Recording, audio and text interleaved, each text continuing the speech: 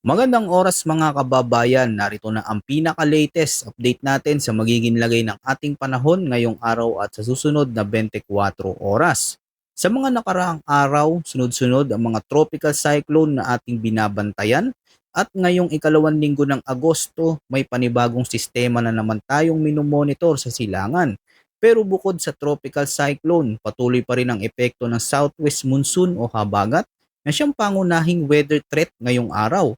Sa western section ng Luzon, posibleng maging mas maulan ng panahon lalo na sa Zambales, Bataan at Occidental Mindoro, kung saan maaaring umabot sa 100 hanggang 200 millimeters ang rainfall. Dahil dito, tumataas ang posibilidad ng flash floods, landslides at pag-apaw ng mga ilog at sapa, lalo na sa mga lugar na nakatanggap na ng malalakas na ulan nitong mga nakaraang araw. Kaya kung ikaw ay nasa Western at Central Luzon, lalo na sa flood at landslide prone areas, manatiling alerto ngayong araw. Samantala sa malayong silangan, patuloy din nating minomonitor ang tropical depression na mas lumalapit na sa Philippine Area of Responsibility kumpara sa mga nakaraang araw. Malaga itong bantayan dahil maaari nitong maapektuhan ng ating weather pattern at posibleng palakasin muli ang habagat sa mga susunod na araw. Pero mga kababayan, hindi lang ang bagong bagyo ang dapat nating tignan.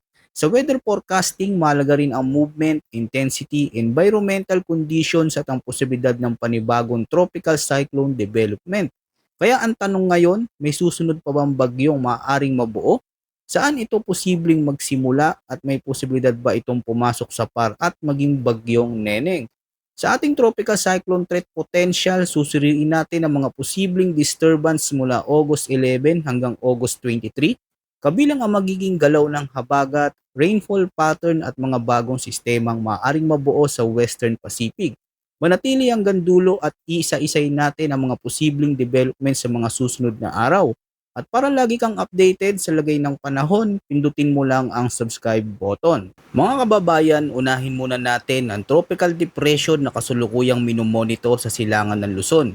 Batay sa latest data, ngayong araw, ang sentro nito ay nasa layong 1,680 kilometers east of extreme northern Luzon.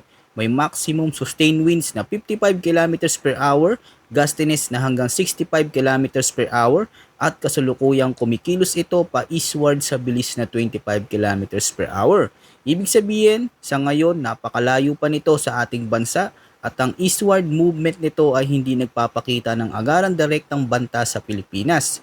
Pero hindi ibig sabihin na maaari na natin itong baliwalain. Sa mga susunod na araw, may posibilidad na pumasok ito sa Philippine Area of Responsibility, kaya patuloy natin itong bantayan dahil maaari pang magbago ang track depende sa kondisyon ng atmosphere at karagatan.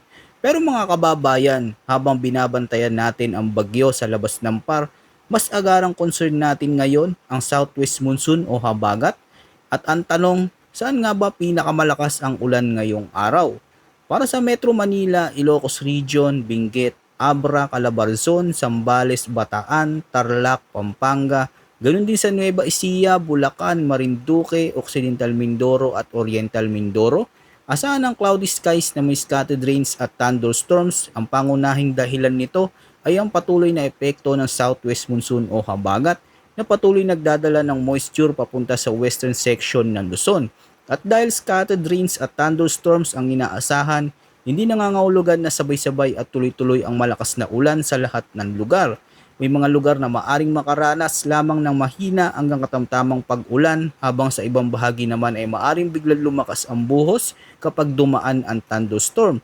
At dito tayo kailangan maging maingat dahil posible ang moderate hanggang at times heavy rains, tumataas ang posibilidad ng flash floods at landslides lalo na sa mga mababang lugar, flood-prone communities at mga lugar na malapit sa ilog, creek at iba pang waterways. Sa Metro Manila, maaaring magkaroon ng mga panahong makulimlim ang kalangitan at may panakanakang pag-ulan, pero kapag tumama ang isang malakas na thunderstorm, maaaring mabilis ding lumakas ang buhos ng ulan.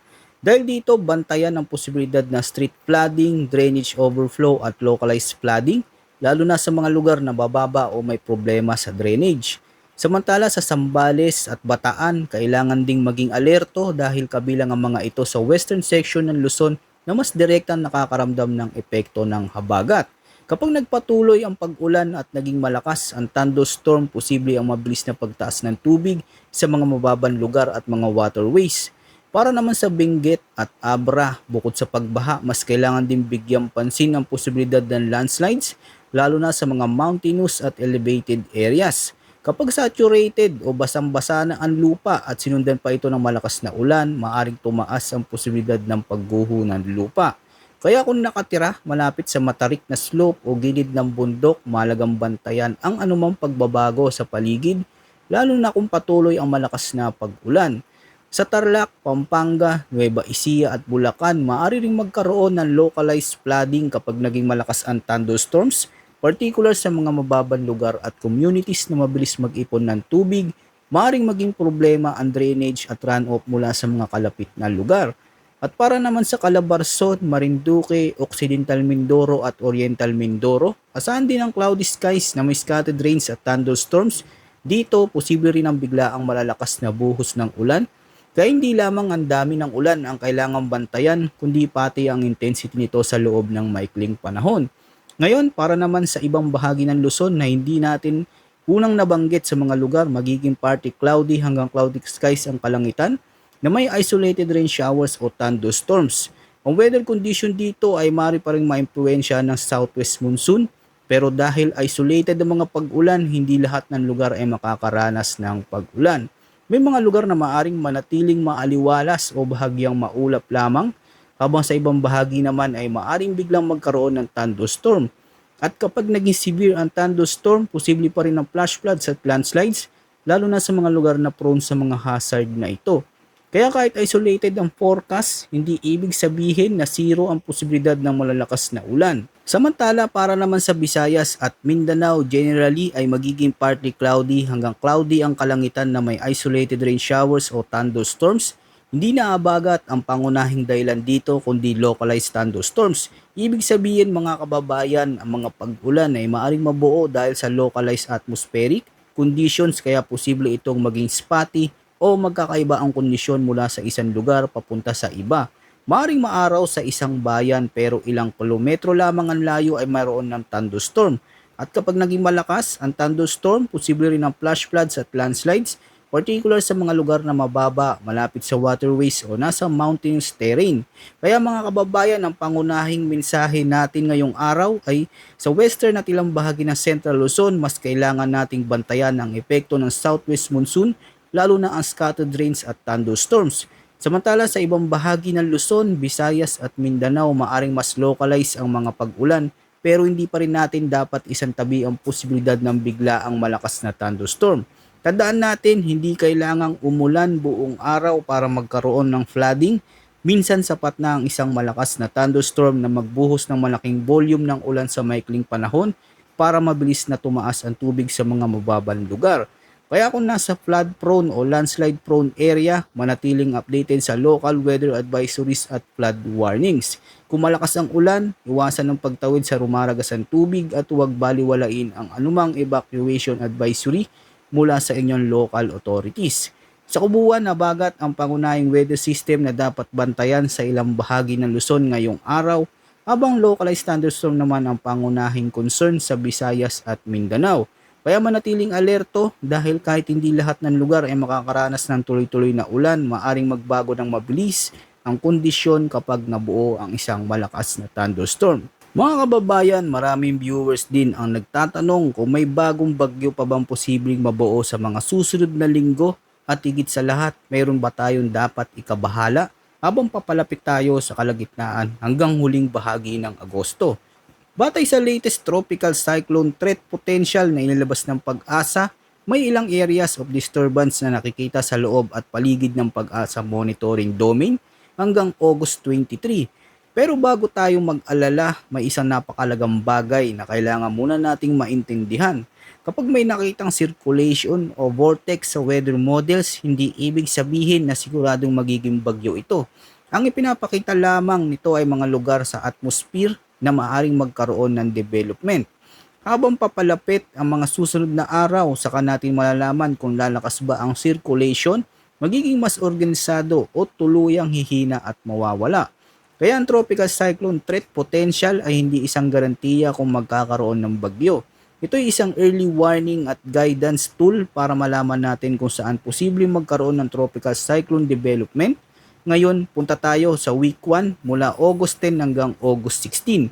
Sa forecast map, may dalawang tropical cyclone na nasa northeastern portion ng Pag-asa Monitoring Domain. Isa rito ang tropical storm Pelu, habang ang isa naman ay isa pang tropical cyclone na nasa mas malayong bahagi ng monitoring domain. Pero malinaw ang assessment, wala silang direct effect sa Pilipinas sa kasulukuyan. Ibig sabihin, hindi dahil may tropical cyclone monitoring domain ay automatic na may epekto na ito sa bansa. Mahalagang tignan ang actual location, movement at magiging interaksyon nito sa atmosphere. Batay sa forecast, maaaring lumitaw ang TCLB-1 malapit sa northeastern boundary ng Philippine Area of Responsibility. Pero tandaan natin ang isang napakalagang detalye. Mababa ang posibilidad nito na maging tropical cyclone sa loob ng week 1. Ngayon, dito naman tayo sa mas malayong forecast period mula August 17 hanggang August 23. May dalawang karagdagang TCLB na nakikita sa forecast. Ang TCLB2 ay posibleng lumitaw sa pagitan ng northeastern boundaries ng PAR at TICAD. Samantala, ang TCLB3 ay nasang magiging magkaroon ng development sa northwestern portion ng Pag-asa Monitoring Domain. Kung titingnan natin ang mapa, makikita nating may ilang potential areas na lumilitaw sa paligid ng monitoring domain. Sa mga susunod na araw, hindi lamang ang posibilidad ng bagong tropical cyclone ang dapat nating bantayan.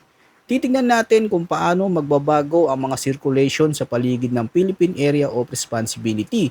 Mga kababayan, tandaan natin sa weather forecast habang may bagong observations na pumapasok at patuloy na nag-a-update ang weather models, maaaring magbago ang forecast. Kaya napakalaga ng patuloy na pag-monitor ng lagay ng ating panahon, mga kababayan, dito sa ating channel para lagi kang updated. Kung nakatulong ang video na ito, huwag kalimutang mag-like at i-share mo na rin para maraming kababayan natin ang maging handa. Maraming salamat mga kababayan at mag-ingat po tayong lahat.